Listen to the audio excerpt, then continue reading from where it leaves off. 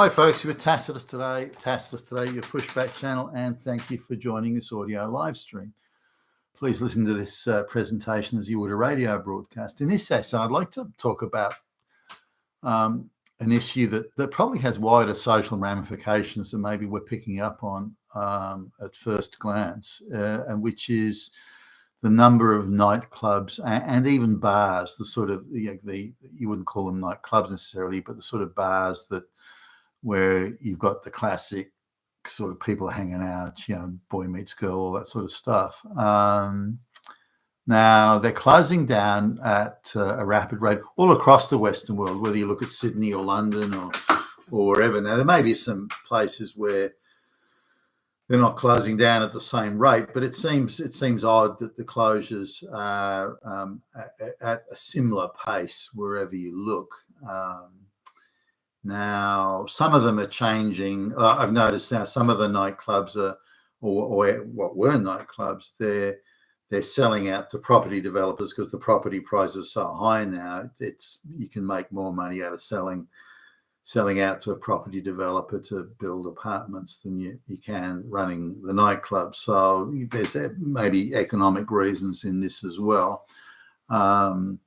There's also the situation where, or again, all across the Western world, there's a very large, very well-funded phalanx of people who see nightclubs not as a nightclub where men and women go to meet each other or have a good time or check each other out or meat market or whatever you want to call it. But it's not that. Instead, it's the front line of gender power dynamics. And so that's the place where women are oppressed by those evil Nazi men. And we've got to get in there and make sure that any man that looks sideways at any woman is dragged into court and we sue the fuck out of it. So there's a whole lot of activism that goes in it. And there are, activist women that go into these places looking to be offended and to find offense and so on. Anyway, coming to this idea of why are they closing down? Is it because gender relations have hit an all-time low? Well, you've got now decades where women have been told that all men are rapist Nazis and that women have been oppressed for centuries by evil men and men have to pay compensation to women, that sort of thing. And then on the other side, you've got men who have been told forever that, you're just rapist Nazi scum. That's all you are. And you better change your ways. Or the only way you can change your ways is if you sort of surrender every advantage or situational decision to a woman.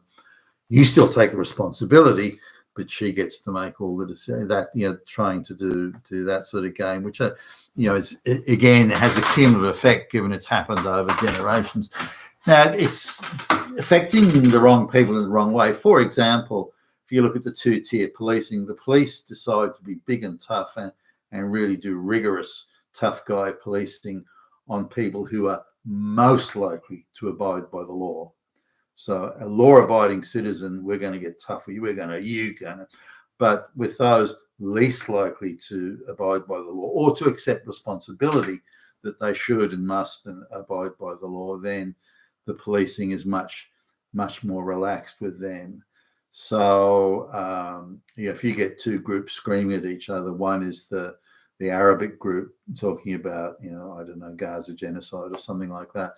And then you get another group, which may be, why don't you illegal aliens go home, or maybe Jewish people saying, well, hey, don't tell such lies about Israeli activities in the Middle East. Then the police will arrest the most law-abiding of the two groups. The least law-abiding, they will not arrest.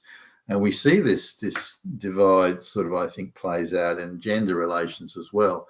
Men are other than hardened criminals or something, men are most likely to take responsibility for their actions, and women are the least likely to take responsibility. Therefore, it is the men that are roughly policed and the women that are, by contrast, softly policed.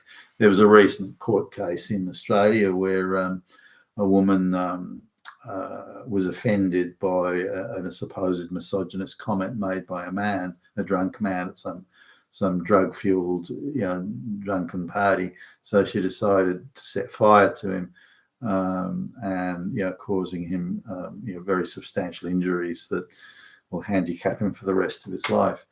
And she got a non-parole period in prison of just under 4 years. Now, a man who did exactly the same thing got 17 years in prison, so 4 years versus 17 years. So the woman got a quarter of the penalty that the man got for the exact same crime. And in the man's case, the woman had stolen his money and destroyed his property. In this woman's case, he made a misogynist comment. I'm allowed to do that. He's a misogynist. If he's a misogynist, it means he's a fascist. If he's a fascist, it means he's a Nazi. If he's Nazi, it means he's Hitler. And so I'm only setting fire to Hitler. I'm allowed to do that. So this mentality been built up over decades, very purposefully and willfully done. Mass propaganda through the education system and so on, affirmative action. Getting women to do gender studies and peace studies courses at university, low IQ women, by the way, who never would have made it out of junior high school in the real world. This has created a dynamic of out there in the real world where women aren't seeking to attract a mate. Sure, if the guy's got money, wants to shower with gifts, that's fine, but they're not looking to enter into a relationship where as was once hitherto the case, where the idea is to cooperate, collaborate, procreate. That's not on the radar anymore. And cost of living pressures would play into that.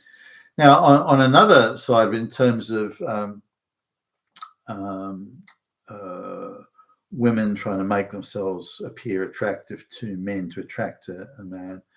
Now, this idea that the body positivity. It used to be that for very sort of sexy, revealing, high cut, whatever you want to call it, swimming costumes, say, leotards, whatever.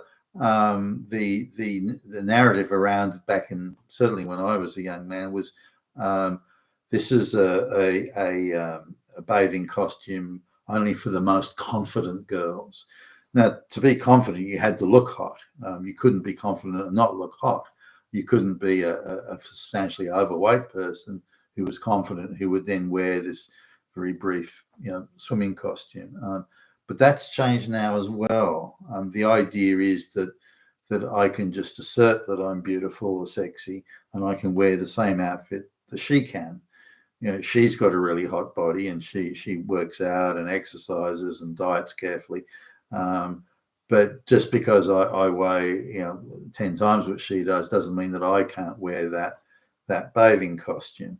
So when I go to the beach, I see masses of very overweight women wearing the briefest, the G-string up the ass thing, wearing the most briefest swimming costumes and beach wear generally, and even walking around, girls that have got young girls that have got legs like two pieces of jelly. They're walking around in very high cut shorts, cutaway shorts, and so on. Wow. Now that sort of gear only used to be worn by the hottest, fittest chicks, and no longer. So when I was picking up some friends of ours that were coming in from interstate, they wanted to come in on the train, so they arrived at a later train thing. So we went over to get them, and there's a nightclub that's diagonally opposite where the meeting area at the train station is. So we were there a bit early, and we were looking at the sort of the people outside. The men generally were quite fit, not every single one of them, but generally were. The women though, wow. I didn't see a single hot, sexy woman there. They all seem to be overweight, all wearing clothes that, revealing outfits and outfits that only the sexiest, hottest chicks would typically worn. But now you've got these very unattractive, overweight, attitude. All men are misogynists, and I'm entitled to this, and I want a university degree gifted to me, and I want a good job. And if I don't get a good job, it's because of the patriarchy. They've all these very low IQ, unattractive women have had their heads filled with this absolute utter nonsense. And if someone had held it, like as a young man, I haven't been night clubbing for ages, but if someone held a gun to my head and said, "You got to fuck one of those chicks here at the nightclub," they'd have had to shoot me. Seriously, I mean, they were that bad. They were that low quality. Now, the idea of going to a nightclub where you go there and the guy who's probably on a similar income to you now, given affirmative action, that the guy's going to pay for your drinks. And like a beer in a normal bar might cost $6 or something, for example, $6. You go to a nightclub, it can be $12 for the same beer. So if you're buying a round of beers for people there, you can be burning a lot of money very quickly. And if the girl isn't interested, but is only interested in getting the free drinks. Now, women I know that used to nightclub, and they would go and buy one drink, the cheapest drink that was on the menu on the list. They'd buy one drink, and now they sit on that all night. And if no guy came along to buy them a drink, that's it. They just stay on that one drink and sip it very slowly. But as a young guy going out to nightclubs, it wasn't that expensive. There was a door charge for men, but women could get in for free. And guys used to say, well, if women can get free, there'll be more chicks there. And why did I or my buddies, why did we go to nightclubs? It was to meet chicks. Wasn't to be lectured on how we're Nazis and misogynists or the patriarchy. It was to, and that sort of stuff didn't really exist back then. But now there are women with very high expectations of, if you displease me, I'll finger wag you, you damn Nazi. You misogynist, patriarchal Nazi, but I don't have to meet any standard, she thinks. So this has created an artificial level of interaction in not all relationships, obviously, but in, I think, many relationships or relationship possibilities, or even before a relationship can form. I mean, if you've got this angry woman running around thinking all men are damn Nazis, I don't know. I don't think that's going to play out too well in the relationship stakes. But this is, I think it's a combination of factors. It's the cost of night clubbing, of course. It's rents going through the roof means there's just sort of mortgages. There's just less money to pay on to shell out on night clubbing. Or if they go night clubbing, why should they buy a woman a drink? You're making the same money as I am. Your job as a lesbian diversity officer or something. Why should I pay for your drinks? So I'm not surprised nightclubs are closing down. I think I believe that the social interaction architecture that society once had, the boy meets girl type stuff, that's been so corrupted by ideological fanatics and just absurdities that it was already doomed to failure. Now, when you look at say the 90% plus of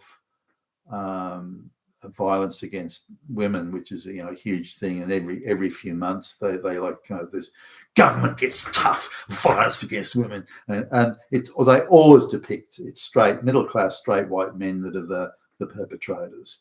That it's only them. No other group ever does it, just them, which we know is grotesquely untrue. But when this is being pushed, those are the people who primarily will have the money to do the night clubbing. And if they stay away from the nightclubs, you ain't got no nightclubs anymore. And I think that's where we're at. You've been with Tacitus today, your Pushback channel. Thank you for listening.